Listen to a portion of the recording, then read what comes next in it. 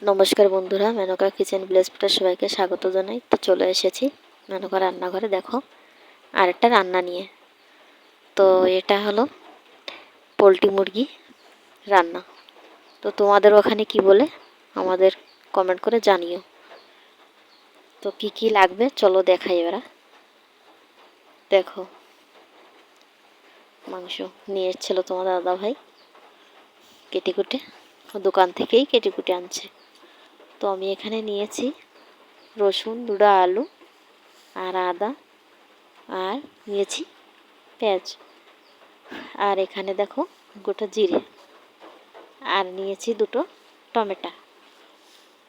তো আমি এখন এটা হাতেই বেটে নেব, ছিলেই বাটবো। তো আমি মিক্সিতে করব না, কারণ মিক্সিতে করলে পরে খেতেও ভালো লাগে না, যেহেতু বাড়ি একটুখানি মাংস রান্না। তো দেখো আমি তেলটা বসিয়ে দিয়ে জিরে, শুকনো লঙ্কা, তেজপাতা দিয়ে দিয়েছি। দেওয়ার পরে এবার দেবো পেঁয়াজ বাটা। পেঁয়াজ বাটা দিয়েছি ওখানে রসুন বাটা, আদা জিরে একসাথেই বাটা দিয়ে দিলাম। তো দিয়ে কিছুক্ষণ একটু ভেজে নেব। তারপরে দেব হলুদ, লবণ,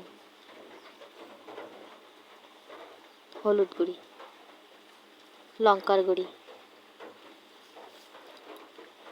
দিয়ে কিছুক্ষণ একটু ভেজে নেব।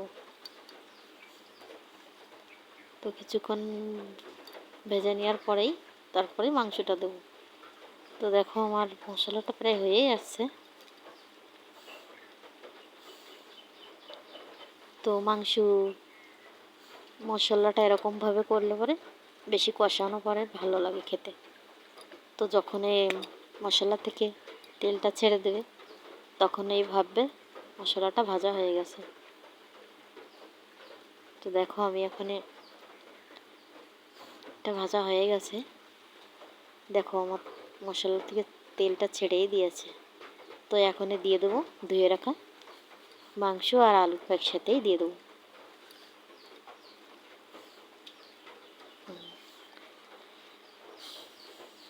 মাংসটা ভালো করে নেড়ে চেড়ে তারপরে দিয়ে দেবো সামান্য একটু জল।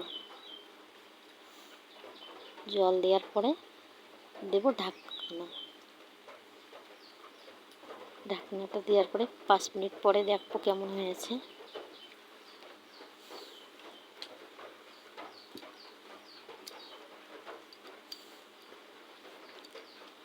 পাঁচ মিনিট পরে দেখো হয়ে গেছে, দেখি আগলা করে কেমন হয়েছে। তো দেখো মাংসটা সেদ্ধ হয়ে গেছে। ওই জলটা টানানো হয়ে গেলে পরে মাংসটা কষানো হয়ে যাবে।